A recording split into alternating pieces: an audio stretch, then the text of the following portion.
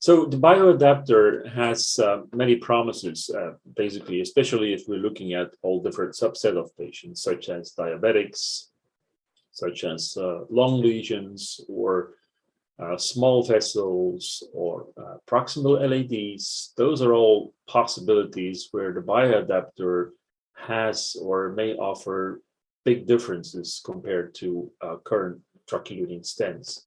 Very often, lung lesions are very difficult to treat. They are calcified, they're diffuse, and so you need a long length of stents to cover the disease. And basically, you sort of create a full metal jacket of the artery, not allowing any changes over time. And that's exactly where bioadaptor may come into place and overcome these shortcomings, just because of the fact they are able to uncage the vessel and therefore allow, again, vasomotor function. I personally think that it will be quite applicable to long segment stenting, especially when you have a very tapering artery, very angulated vessels, that the unlinking will prevent massive straightening of vessel, for example, long segment RCA stenting. It potentially can have less mechanical complication. So I'm talking about mechanics of it, less stent fracture in my mind. You have less vessel straightening and therefore immediately better vessel motion. In terms of small vessels, the problem that we're dealing with is because of nature of the small diameter, is that the amount of scar tissue that is being built up, again, narrows the vessel sooner, and with conventional DES, and make the vessel also stiffer due to the caging of the artery. So the bioadaptor has a significant advantage here, because the lumen area is maintained, and the bioadaptor area increases, and the vessel area increases. So therefore, you allow positive adaptive remodeling.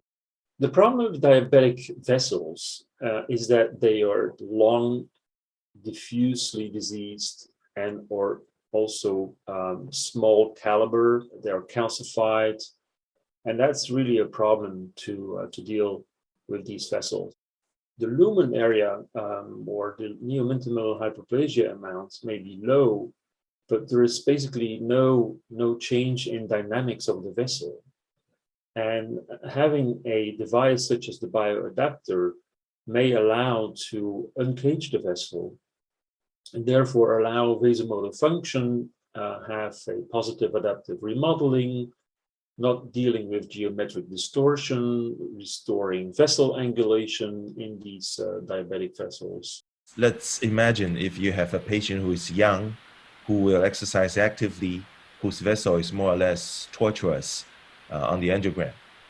In all this combination, if you put in a conventional or second generation DES, maybe you will straighten the vessel, you will take away the positive remodeling capability, and also you lose the pulsatility of that vessel segment.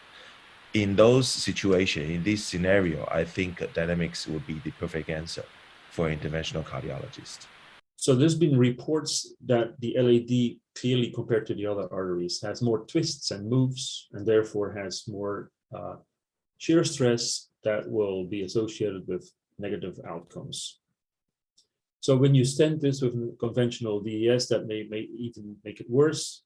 And I think there is a value for the bioadaptor for the LAD lesions, because due to the uncaging, it also allows restoration of rotational motion in the stented arterial segments. And that is something that is unique, that has not been seen by any of the other conventional drug-eluting stents. So there will be patients in whom we think a DynamX will be superior to the other DES.